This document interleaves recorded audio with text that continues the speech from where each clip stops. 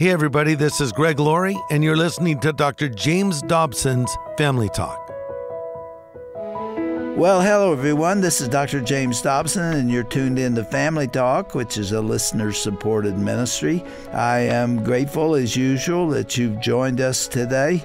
In a moment, you're going to hear from a frequent guest on this program because I have such high regard and respect for him. His name is Pastor Greg Laurie. He is a genuine man of God. Shirley and I have been close friends and partners with Greg and his wife Kathy for many years. He's the senior pastor of Harvest Christian Fellowship and serves as an evangelist for their Harvest Crusades. And that's relevant now because they just wrapped up their 30th annual Harvest SoCal event at Anaheim Stadium. Over 100,000 people attended, with more than 8,600 people deciding to follow Jesus. Praise God for Greg Laurie and his passion for reaching the lost in our world. In addition to his evangelistic calling, Greg is a gifted author and writer, and that's what I want to talk to you about today because we're going to hear from him about that. A few weeks ago, my colleague, Dr. Tim Clinton, sat down with Pastor Greg to discuss his newest biography.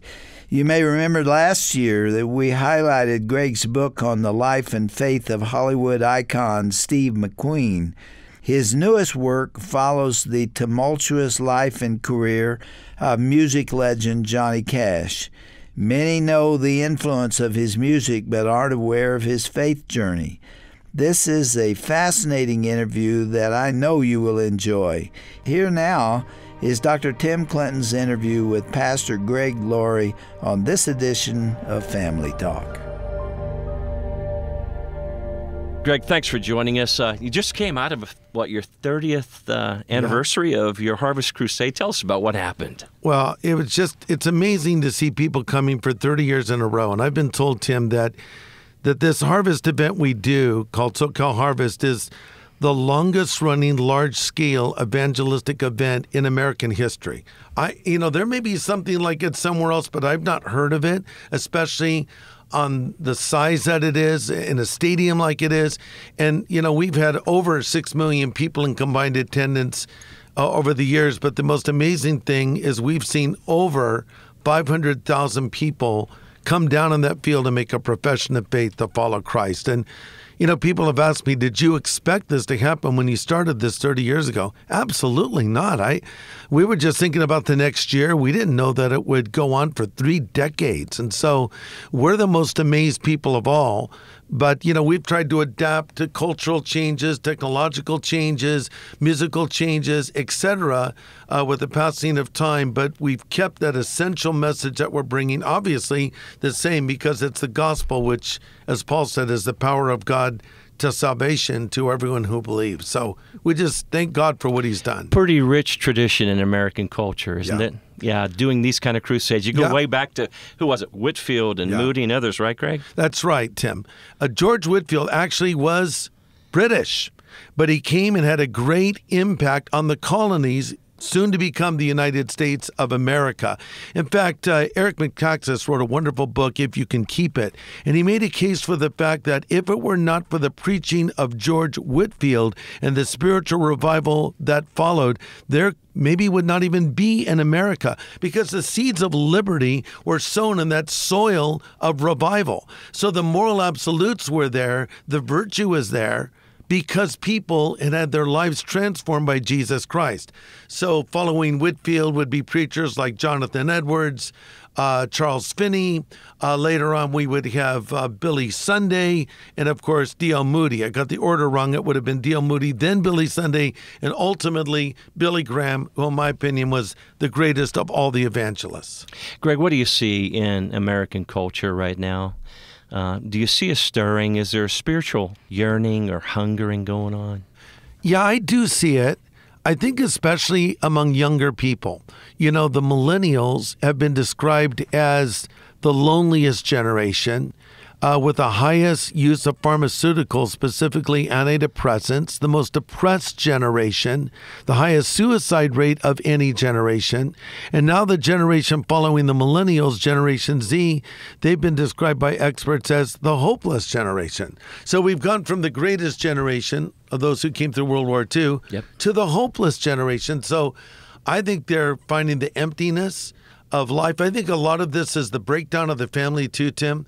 You know, the breakdown of the family is pretty much at the heart of almost every social ill in America today. And not just the breakdown of the family, but specifically the absence of fathers. It impacts everything. And I think so many young people today, many of them not coming from intact families anymore, are wondering what absolute truth is, what the meaning of life is. They're not finding it in all the tech and all the things they have that earlier generations did not have. So they are searching, and I'm hoping the next revival that comes to America might come through one of these young generations. We got to pray that God does that. Yes. Along with all those activities you're doing, you're a writer, and you're launching, well, you've got a pretty big crusade going on right now with the launch of a book called Johnny Cash, The Redemption of an American Icon. Mm-hmm. Greg, tell us about how this came to be. I mean, you're writing, I guess, a trilogy here. Are you? I am writing a trilogy. You started out with Steve McQueen. Yeah, Johnny Cash, and one more to come. Guess who it's on? Billy Graham. Yeah, because Billy Graham is the glue between McQueen and Cash. People would not know that. But Steve McQueen was the biggest movie star in the 70s. And he was like hedonist extraordinaire, chasing after everything this culture says you should chase after to be happy. And he was disillusioned, left Hollywood, moved to Ventura, California, and ultimately heard the gospel and came to Christ toward the end of his life. Tragically, after knowing the Lord for around a year, Steve found out he had cancer. He went and received proper medical treatment. It wasn't successful, so he went down to Mexico to have some kind of a surgery. And he asked to see Billy Graham, and Billy came to meet with him and prayed with Steve before he flew to Juarez, Mexico for a surgery. Steve had misplaced his Bible, and Billy said, "Here, take mine." And I've held this Bible Billy gave to Steve McQueen in my hands as Steve's widow, Barbara McQueen, let me use it to preach from in one of our crusades. And you have the notes of Billy in the margins. But Steve went down. The surgery was successful, but tragically he died shortly after. And they went into the room where he was and pulled the sheet back, and he was holding that Bible of Billy Graham. Now fast forward to Johnny Cash. Very different story, different narrative. Also very well-known, iconic figure, had worldwide fame. But Johnny was raised in a Christian home, but he rebelled and he went out and did things he was ashamed of and struggled, but ultimately returned to his faith. So Steve is sort of your classic non-believer coming to Christ. Johnny is more like the prodigal son who fell and returned home again. But Johnny was very close friends with Billy Graham, sang at many of Billy's crusades. They actually would vacation together. Their wives, Ruth and June, were very close as well. So I thought, I want to write this third one on Billy Graham. And I had the privilege of getting to know Billy quite well. I've been on his board of directors for 25 years, and I spent a lot of time with him toward the end of his ministry, the last 10 years.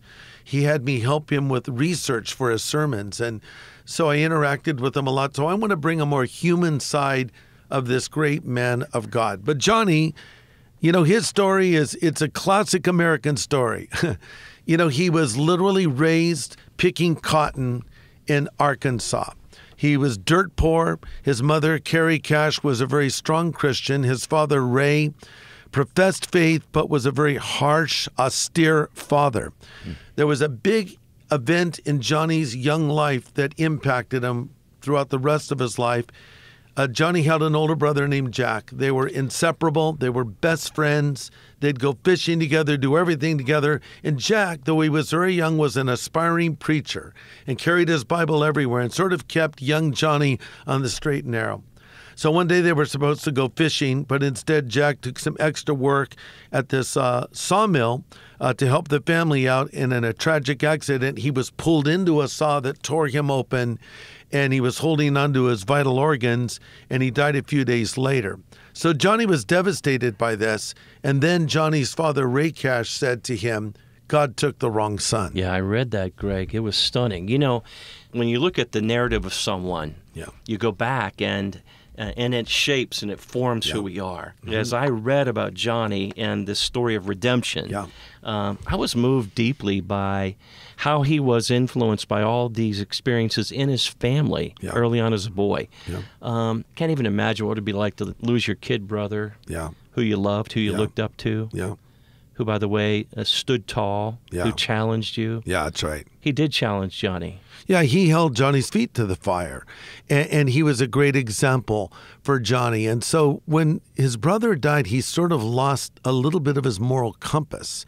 And then, you know, as he got older, he discovered this ability to sing, and he was out of the house pretty fast. In fact, before Johnny was the man in black, he was the man in blue. He served. I remember reading about that. He served in the Air Force, That's right? correct, yep. And then that's where he really started developing with his guitar and singing. And then ultimately he ends up at Sun Records with Sam Phillips. And that's where Elvis got his start, and Jerry Lee Lewis and Carl Perkins. And so Johnny came in and Sam liked what he saw, but Johnny actually came in with gospel songs.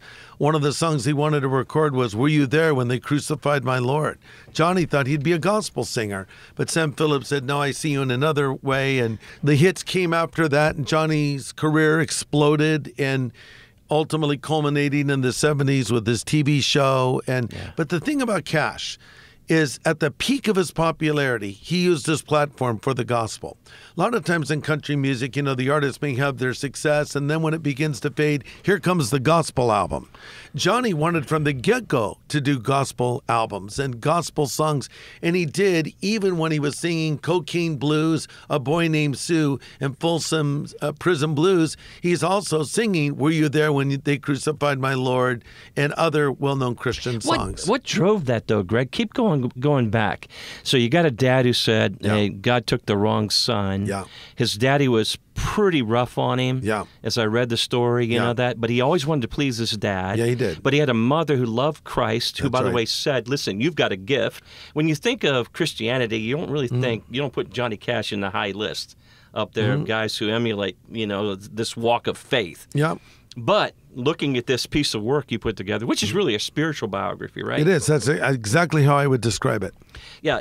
In there, you see these remnants of prayers of a mother, this tormented, tortured soul.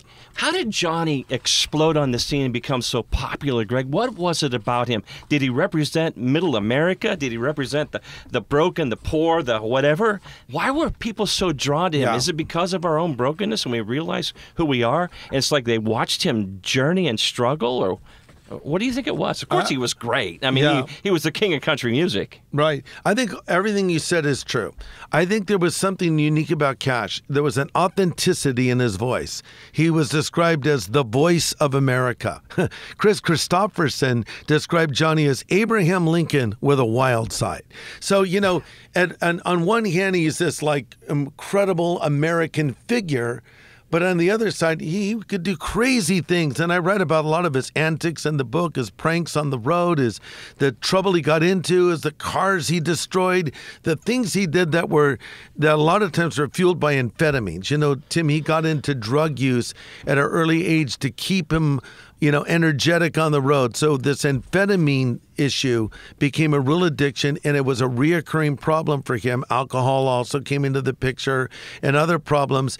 But I guess what separated Johnny and why he's not in the pantheon of rock stars who left us too soon by either suicide or drug overdoses is when he would hit rock bottom, he would call out to God. Johnny knew what was true, and he turned to the Lord over and over again. And so I think that his brokenness, his willingness to admit his faults was known to many, and that almost made him a more appealing character. He wasn't perfect, far from it. You know, sinners thought he was a saint. Saints thought he was a sinner. In reality, well, he was both. Johnny once said, "Johnny's the nice one. Cash gives me all the trouble they fight." And that sort of sums up that struggle that he had in life, and he knew he had this struggle. So this is sort of the strange juxtapositioning of Cash. At the peak of his success, he's singing about Jesus. So it's not like he came to this later, but then he would fall and fall big, but he would return to the Lord But then, Tim, in the end of his life, he had a huge career resurgence. Yeah, in the 90s, he made a massive comeback. Massive. And this is unique, too, because a lot of people musically, they have their career, they have their start, they hit a certain level, they spend the rest of their life hopefully singing their hits and filling venues. So Johnny at one point was in stadiums, then he was in arenas, and then he was basically in supper clubs singing to maybe 250 people. And so he was very discouraged by the course his career had taken. But there's this producer named Rick Rubin, who had produced a lot of rock acts like Run DMC and others, who thought Johnny was super cool. And he thought, man, I want to reintroduce Johnny to a younger audience. So at the same time that he was having a musical resurgence, Johnny was having a spiritual resurgence. And he got stronger and deeper in his faith. He was finally drug-free, alcohol-free, walking with the Lord. But his health was failing him because all those chickens came home to roost of the abusive life he had lived, and it took its toll on his body. But though his body was failing, his spirit and his spiritual life was stronger than ever. You're listening to Dr. James Dobson's Family Talk. I'm Dr. Tim Clinton. In studio today, Greg Laurie, pastor evangelist, talking about brand new explosive book out there, Johnny Cash, The Redemption of an American Icon. Fascinating read. I couldn't put it down, Greg. Oh, great. I loved it. Seriously. Well written. Marshall Terrell, I guess, co-author with you. Yes. Great guy. But the tone here, it's a spiritual story. Yeah. The journey, the highs, the lows, the real life of Johnny Cash. Yeah. Greg, inside these words are written, contrary to what a lot of people think, being a Christian doesn't make a bad person good. They're forgiven people. I guess that sums up a lot of Johnny Cash. That moral compass, that coming back to when he hit rock bottom. Greg, there was a story in there about Johnny Cash and a cave that I found like bizarre for a moment. Can you unpack that? I want people to hear this. I want people who are out there who are struggling. Yeah. Maybe they have a loved one. Yeah. I'm thinking of someone I know right now. My prayer is that God would minister to him seriously and draw him. Well, Johnny was very down. He would have very low lows. He'd have very high highs. Drugs didn't help. It was like throwing fuel on the fire. It only made the problem worse. And in desperation, there's a series of caves that he went into, and people had gone into these same caves and died. And Johnny went as far as he could possibly get. He really didn't want to live anymore. And he thought he would die. But then I think when he realized that there was no way out, there was something that happened internally, and he just broke and called out to God. He ultimately found his way out of that cave, but it's sort of a metaphor for his life. You know, a lot of times we get ourselves into trouble that we create ourselves. And then we say, God, why did you let this happen to me? Well, a lot of times we really have ourselves to blame. And you know, you can't help a person who doesn't want to be helped. You can't help a person get off drugs if they don't want to get off drugs. You can't help a person stop drinking if they don't want to stop drinking. It's like when Jesus saw that man who was sitting by the water waiting for the angel to stir it. He said, do you want to be made whole? What kind of question is that to ask somebody who obviously has a severe disability? Well, it's a very good question, because not every drunk person wants to leave that life. Not every homeless person wants to get off the streets. So really the question is, do you want to change? And in his heart of hearts, Johnny did want to change. Yeah. And that's why he turned to the Lord. You know, we've heard recently about some notable people that were known in the Christian world who said, I'm not a Christian anymore. And some people scratch their head and wonder what that all is all about. First of all, I would say they might just be having a struggle with their faith, and hopefully they'll return to their faith. One person said, well, you know, my faith has been tested. Well, look, the faith that has not been tested is a faith that cannot be trusted.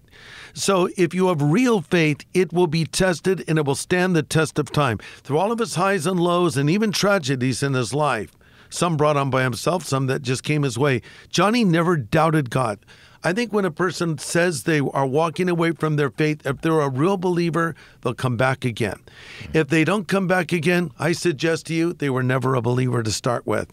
Because it says in 1 John, they went out from us and they did not return to us, because if they'd really been of us, they would have never left us. That's a paraphrase. But that's really what the essence of what he's saying. So here's what I would say to a listener right now, Tim, is maybe you've messed up. Maybe you've hit rock bottom. Maybe you're in a cave, in a way, metaphorically speaking, like Johnny was, and you don't know how to get out. You call out to God, and you need to want his help, and you need to take his help. But then, obviously, you need to take practical steps to break free from maybe the addiction you have. Johnny ultimately went to rehab. He had to. Yeah, he went Betty Ford, didn't he? He sure did. Yeah, some people need to go there to a rehab center of some kind. Others maybe won't need that, but you need to make yourself accountable. You need to get help. And in Johnny's case, when he was in the throes of addiction, June Carter Cash had to step in and remove bad influences from him, because there were people that kept dragging him down again and again. So there's a spiritual side to this, but there's a practical side too, don't you think? Yeah, Greg, and what I think I hear you saying is, if you have discontent inside your heart, if there's something that says it's not the way it's supposed to be. Os Guinness once said he had more respect for the guy who wanted to put his fist through the wall. At least he knew things weren't the way they were supposed to be. Could it be the Spirit of God? Just trying to say, come on, come home. Yes. Make a turn. That's right. Stop. Yes. That, I think, is what this redemptive theme is all about in Johnny Cash, isn't it? 100%. You got the message of the book. It's been said, and I mentioned this in the book, when you get to the end of yourself, you get to the beginning of God. And sometimes we have to hit rock bottom. So the only way to look is up. And that happened to Johnny. Actually, with Johnny, it happened time and time again. In contrast with McQueen, he came to that conclusion and made a commitment that pretty much sustained him for the rest of his tragically short life. But Johnny struggled again and again. But this is the thing. Call out to the Lord. If you're out caught in a riptide in the ocean and you're in trouble and you see a lifeguard, you need to say, help. And you need to be saved. Years ago, I was out in the ocean with my son, Jonathan, who was very young. I was sort of holding him up above the water, and we got caught in this very strong riptide, and I couldn't get my feet on the sand. And I was very frustrated because I'm keeping him above water, but I can't stabilize myself. Wow. And I was only a few feet from shore, but yet I realized I needed help. And a lifeguard saw me and started swimming out to save me. And at the last moment, I got my feet on the ground. I said, thank you, I'm okay. But the thing is, I was too proud to call for help. But in reality, I needed help. And this lady, actually, who was the lifeguard, saw that and came to my rescue even before I called out. And that can be like us a lot of times in life. It's like we're too proud to say we need help. Don't be too proud. The Bible says, humble yourself in the sight of the Lord, and he will lift you up. Call out to him. He will rescue you. He'll take you out of that pit. He'll take you out of that hole. He'll take you out of that cave and change your life, but you must call out to him. The life of Johnny Cash. What's the closing word? What's the real take-home? Tim, if you remember anything from this book, from this interview, it's this. I would say, if you remember anything from this book and interview, remember this. Johnny messed up many, many times, but he always knew where to go. And no matter what you've done, no matter what mistakes you've made, no matter what sins you've committed or failures you've had, you serve a God of second chances and third chances and fourth chances, and it's never too late to come back to him again. And I think sometimes people think, well, I'm too far gone. I'm not good enough to get to heaven. Listen, man, you were never good enough to get to heaven, and you never will be. Heaven isn't for good people. It's for forgiven people. That's why I called this book, Johnny Cash, The Redemption of an American Icon. My book about McQueen was Steve McQueen, The Salvation of an American Icon. This is a story of a man who was redeemed again and again. Listen, God doesn't just save us. He's saving us, and he will yet save us. Salvation is past, present, and future. So no matter what you've done, it's not too late for you to turn back to the Lord. Greg, thanks for joining us, for taking time out of your busy schedule, praying that God continues to lead and bless the ministry you have, and it's been a pleasure. Well, Tim, thank you very much, and please give my regards to our mutual friend, James Dobson.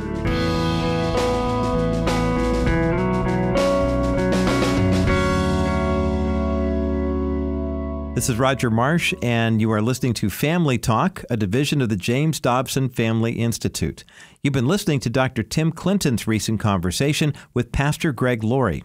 Visit our broadcast page at drjamesdobson.org to learn more about Pastor Laurie's church and also the Harvest SoCal Crusades.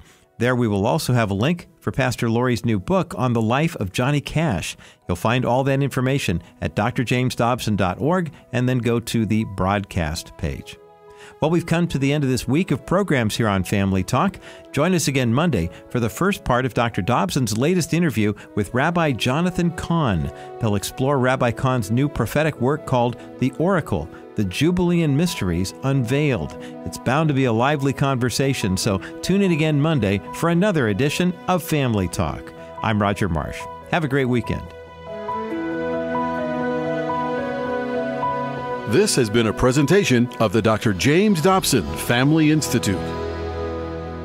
Hi, this is Roger Marsh for the James Dobson Family Institute, a ministry that is completely supported by listeners just like you. Learn how you can stand with us financially in our fight for righteousness in the culture by going to drjamesdobson.org. That's drjamesdobson.org. Or call toll-free 877-732-6825. That's 877-732-6825. Thanks so much for your prayers and your continued financial support of Dr. James Dobson's Family Talk.